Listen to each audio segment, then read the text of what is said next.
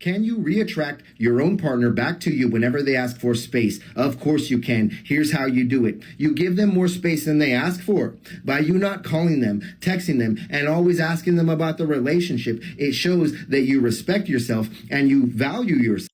Damn, asking about the relationship after they push you away, that's tough, man. That's tough. That's tough. You know, at the end of the day, the silence you create is all about fixing your reputation.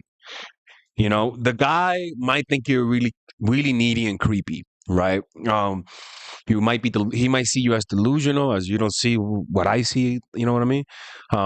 And so your silence lets him know that you woke up. Your silence lets them know that you leveled up emotionally. That's what silence does sometimes. It shows people that you are tired of the BS, that you have woken up, your eyes have woken up, you know? So let's see. Let's continue.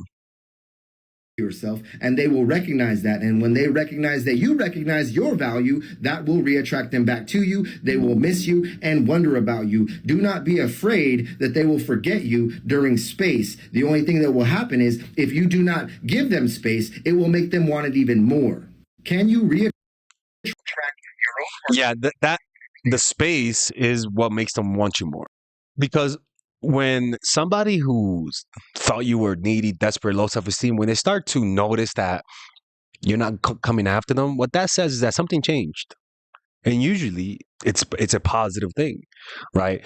When people leave you not because of physical reasons, like you let yourself go, a lot of the times it's behavior. Right. And a lot of the times it's an emotional quality, and it's manifested in your intensity and how you communicate with them, or even your frequency of communication. Right. And so you can communicate that you've leveled up by just leaving them the hell alone. It's just that simple. The problem is that if you don't know how to manage your emotions, it becomes difficult. So that's why I recommend you guys purchase that book, The Power of Now by Eckhart Tolle, and check out chapter 6 on the inner body. It teaches you how to manage your emotions better than any book that I think I've ever read in my life. Powerful tool sometimes. I know you want to send that text. I know you want to call them. I know you want to pour out your feelings to them. I know that that's how you guys are feeling, but I cannot emphasize enough how important it is to remain silent. If your ex is trying to start a fight with you, maybe they're sending you mean things, they know what's going to push your buttons, so they might press those buttons for you. Do not give in to that. If you don't give them a response or reaction, most of the time they'll back down from whatever high horse that they thought that they were on. And you might not see the benefits right away of remaining silent, but it is so powerful. It can be the one thing that causes your ex to feel sorry about the situation, to want to apologize to you, and to want to make things right. I mean, honestly, how many of you are sitting here waiting for that message, waiting for them to reach out and say, I'm sorry, and I should never talk to you like that, and I should have never treated you like that? Yeah, honestly, like we're putting a band-aid over a fucking gunshot. Like that, you're already like messed up. You know, you're already messed up. If you gotta say sorry, if they gotta say sorry for cheating, for hurting you, they're already messed up. Let me tell you something, man. You don't have to break up with people multiple times to realize it. You know, if they're being disrespectful from the start, that's a red flag to walk away. If they tell you they cheated, that's a red flag to walk away. If they're the alpha type that gets a lot of women, that's a sign to get the fuck out because they're gonna cheat.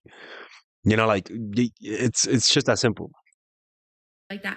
So many of you are probably waiting for that message from your ex, and that's why I'm like, just stay silent. You'll probably get it, but if they're trying to fight with you and they're trying to make their point and you're continuing to argue with them, you're just going to keep going around in circles. One thing I read on here all the time is like, oh, we shouldn't be withholding our feelings and our emotions.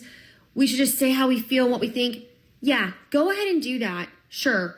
But you are going to really lessen your chances of getting back together with that person. It's really more about if they deserve it. You know, when you start to show your feelings to someone who doesn't deserve it, I mean, honestly, it depends if they're an asshole, honestly. Like, if you did an asshole, they're gonna, find pleasure in seeing you with pain, But expressing your feelings when the person is not giving you any feelings in return, it's just It's just selfishness in terms of you're not really thinking of them. You're only thinking about how can I release this feeling. So you're not even be acting from a place of strategy. You're acting from a place of insecurity, of selfishness, of me, my pain, my pain. I don't like the way this feels, right? And that causes people to push. That causes you to push men away. It's just that simple, people.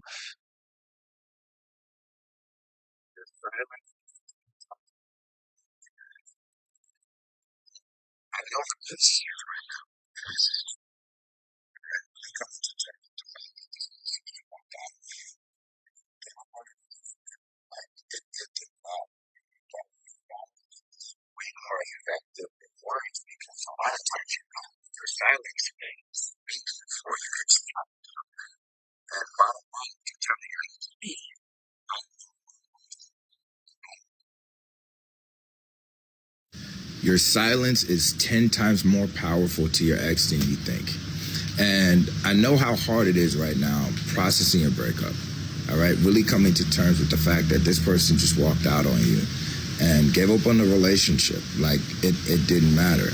But the silence is way more effective than words, because a lot of times your silence is speaking for you. It's saying something. And Over talking is just running around in circles and acting like, or running in the treadmill and acting like you're getting somewhere. Like it's just a delusion.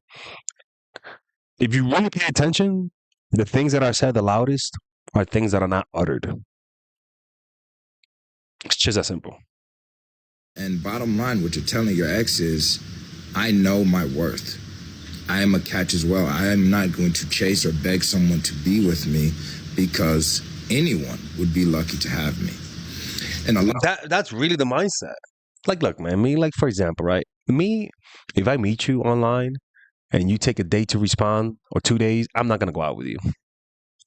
It's just that simple. I've been dating a lot lately. Women saying, oh, it's just that I forget to respond sometimes. Let me tell you something, ladies. I'm going to be honest with you.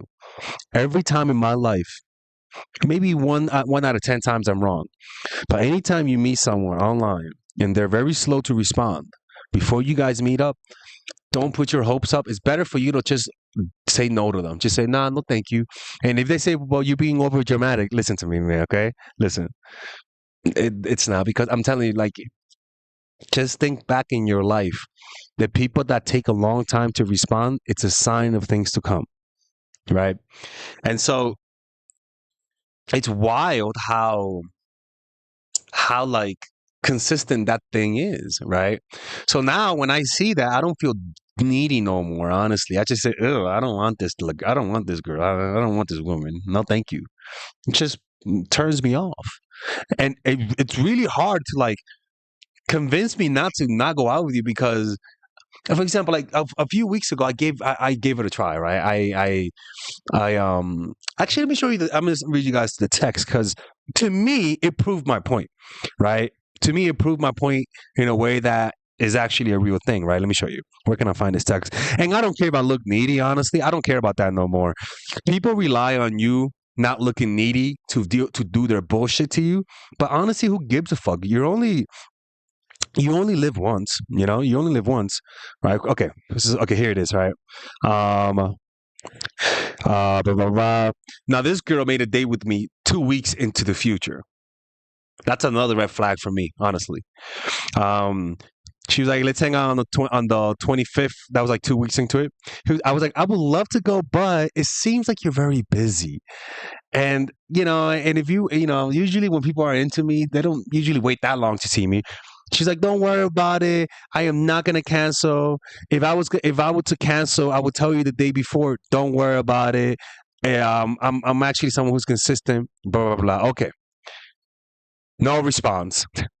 No response on the day of, And then I was like, yo, I mean, to me, I was like, okay, why did you go out of your way to convince me that you weren't, and now that you do, you don't say nothing? Like, and so in life, you observe those situations, and the next time you see that, the next time a girl says, let's meet up in 3 weeks, unless she's not from freaking Africa, I'm not gonna go to that. Now, some people might say, "Oh, Father Alex, you're being sensitive." Okay, whatever.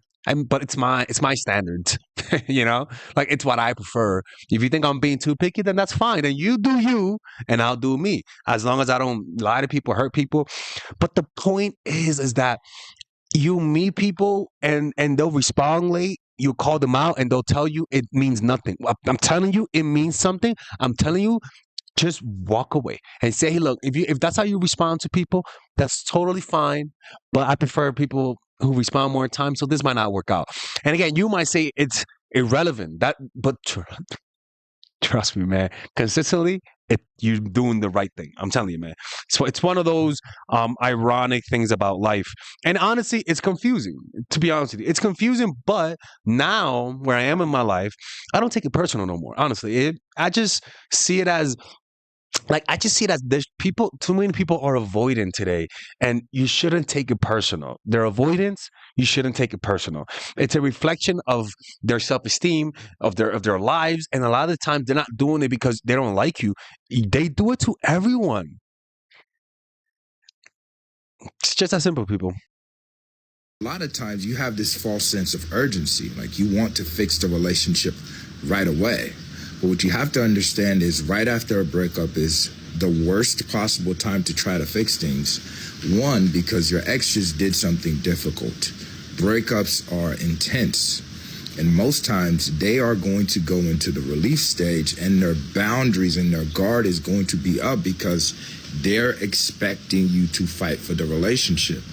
And so a lot of times the more you fight, the more they push back. And if you think about it logically, something made your ex decide to leave. And whatever that thing is, usually a loss in attraction, in their mind, it's impossible that you've changed in such a short span of time. So going into no contact and giving the relationship time to breathe is the best thing for you to do anyway. So staying silent helps you accomplish this. And more so, you don't say things that you end up regretting. You don't beg your ex and constantly put them on a pedestal where they start to actually believe the false premise. There's nothing wrong with you not being over someone. There's nothing wrong with you having feelings for them. You should never be ashamed of that. You know, you should never be ashamed to tell someone that you still like them. There's nothing wrong with that. Like, honestly, if the person feels pride that you still like them, what the fuck kind of pride is that? What you shouldn't do is beg. When you beg your girl, shit, man, they're like, yo, like, I thought this chick was like, has some self-worth. Like, that is wild as shit, man. That they are better than you, and they're really not. So it's a lot better for you to stay silent. Tips that I can give my people who struggle with setting boundaries, especially my pure-hearted people. Oh, yeah, she definitely sets boundaries. That energy, she definitely sets boundaries. In fact, you set way too many boundaries, all right? She's talking like this, okay? Then this sounds like a lot of boundaries, okay? Like, what the fuck are you talking about, man? Like, yo, hey, girl, ease up, all right? Ease up. Like, coño, man, like. Silence. One of the best ways to set boundaries is by learning how to be quiet, especially when it comes to your personal business and your plans. See, here's the thing. When you're a pure-hearted person, you're an open book. And there are many times where you are vulnerable. I feel like she's hurt a couple people, man. I don't know about that, man. I sense Lucifer. Somewhere here, I can feel it. Like, there's some energy coming through the screen right now that I am not liking, people. Father Alex is being judgmental. I get it, but holy crap. And where we go wrong many times is thinking and assuming people have the same pure heart as us. But even those family and friends are some of the very people that you're going to have to start being quiet around, especially when it comes to your personal business, when you're revealing, what you're going through emotionally, revealing personal information about yourself, your fears, your insecurities, your relationship issues. You see, those people that you're revealing that information to can only try to tear you down, bring that up, sabotage you, bash you, talk about you, get in the way, try to steal. That's the thing, man. If somebody brings up something that I told you, like, you're cold, you're a nasty person, man. That's nasty. What you have and all of that, when you reveal that information, you have to be silent. Reason being, people don't know how to attack you when they don't know so much about you. and they don't know your plans. People don't know how to take advantage of you or use you when they don't know so much about you and your plans. And I know it can be hard because you feel like your family and friends and the closest people to you are the very people that you're supposed to be able to. You know what's crazy? I never told anyone I was doing a YouTube channel until they found me on YouTube. One of the things I learned is I don't tell people your plans. When you don't tell people your plans, you end up achieving them much quicker. You know, there's not a lot of sabotage. You don't get the dopamine boost from their validation. You know, Stress. But when you notice those same people are the people who take advantage of you, they are the same people who use you in many instances. They're the same people who try to sabotage you. You have to be mindful even when they're your very own family. A lot of times we let a lot of things slide. Or we give people the benefit of the doubt because they're our family or they're the closest to us. Especially when you have a pure heart. We're so forgiving. We forgive and we forgive and we forgive. But you have to set boundaries. And being silent is setting a boundary. You have to keep some of your stuff to yourself. Especially in situations where God blesses you with extra money. He increases your finances.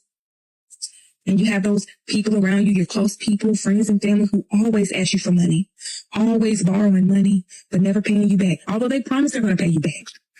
And you notice those times when you're in need, they can't help you. They're not around. They have every excuse in the book. Yet you're always free-hearted and open to help them because you come from a pure place. You're pure-hearted. And that's exactly why you need to be silent.